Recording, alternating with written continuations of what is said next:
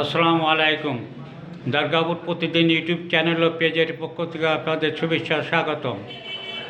গত 10ই মে রামনগর সাবেক ইউপি সদস্য জে মুজিবুর রহমান এর একটি ঘর নিয়ে দোকানঘর দখল নিয়ে অফিস ঘর দখল নিয়ে বিবাদ হয় স্থানীয় সাইদুল ইসলামের সাথে। তারই পরিপ্রেক্ষিতে তার পরদিন একই গ্রামের কাদের সর্দার এসে টিভিতে যে মুজিবুর রহমানের বিরুদ্ধে একটি বক্তব্য দেয়। আমি এ ব্যাপারে কাদের কাছে জানতে চাই।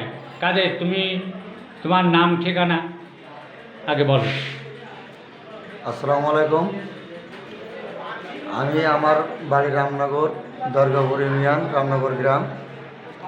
এই মুজিবুর মেম্বারের এই জিনিসটা, এই দোকানটা মনে করো 5 আগস্টের সময় এই জিনিসটা বিএমপির ছেলেপিলি দখল করে নিয়ে নেয়।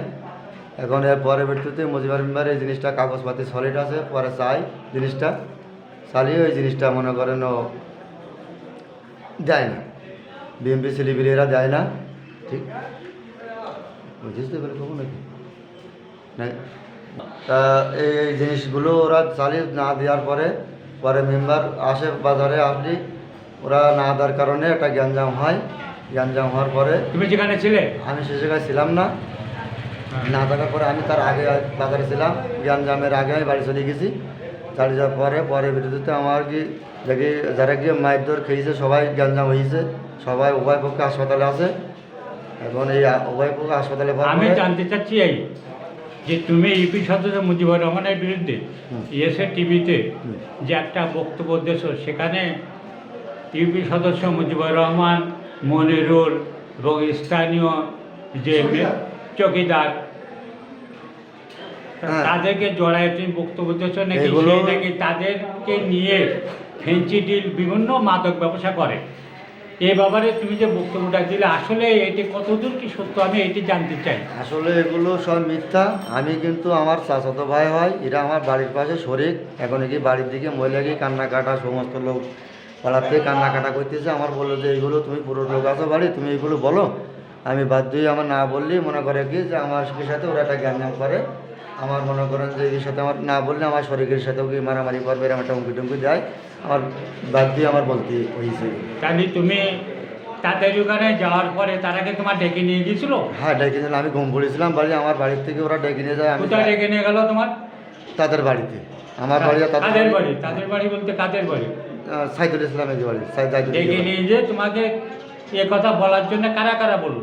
আমার ওই নালা ভাবিরা কান্নাকাটা করতেছে। আবার ওই 2-3 জন পুরো হয়েছে। আমার সাকিব আছে, জাইদুল ভাই ছেলে আছে, এটা ছেলে সব কান্নাকাটা করতেছে। বলছিস কাকা এগুলো না বললে আমার ব্যবসাটা খুব সমস্যা, কান্নাকাটা করতেছে, তুমি তো বলো।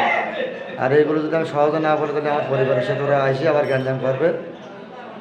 তাহলে তুমি কি মিথ্যে কথা বলছিলে? না, আমি কোনো মিথ্যে না।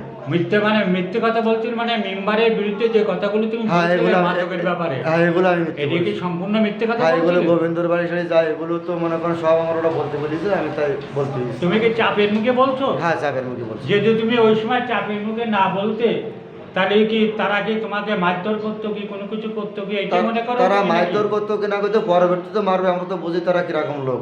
তারা তো মনে করেন পরবর্তীতে মারবে। আর এখন ওই মুহূর্তে মনে করতো কি যে আমরা থেকে ওকে মারধর খাইছি। আমরা আমার দাদার ফ্যামিলিতে মিলে ওরা মারধর খাইছে, ওরা এটা মনে করতেছে। ওরা মনে করছে এই যে তুমি যদি না বলো তাহলে ওরা মনে করছে যে তুমি থেকে গ্যাঞ্জামা তাদের সাথে আসো, এই তো? হ্যাঁ, এই মনে করে বলছো? এইটা ভাবি আমি বলতে দিয়েছি আমার যে আমি থেকে ওকে মাইর খাওয়াইছি। আমি এর মধ্যে কোনো কিছু ছিলামও না। মারামারি 5 আগস্ট আমি ওই দোকান দখলের সময় আমি ছিলাম না। তাহলে তুমি এই যে সাক্ষাৎকার দিচ্ছিলে সেটি সম্পূর্ণ মিথ্যা বানোয়াটি, এই তো? হ্যাঁ।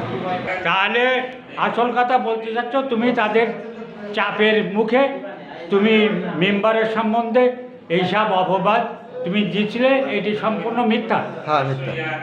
তাই এর এগুলো জন্য আমি কি ব্যস্ত দেখিনি, আমি মনে করেন ভুলকে আমরা বলেছি, চাপে পড়িয়ে হোক আর মারামারি কান্নাকাটা সবাই দেখি, মানে মনটা গলিয়ে গেছে, ওই সময় আমার বলতে পেরেছিল ফার্স্টে, আমি এগুলো বলেছি। তাহলে এর জন্য কি তুমি দুঃখ প্রকাশ করো?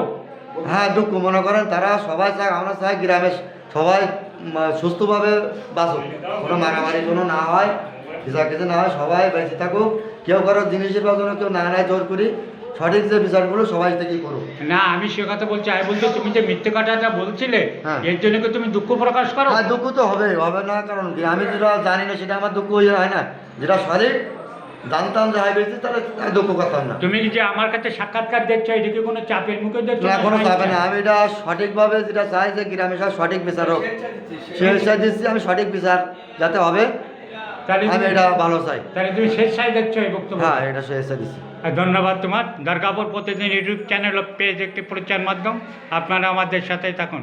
ধন্যবাদ।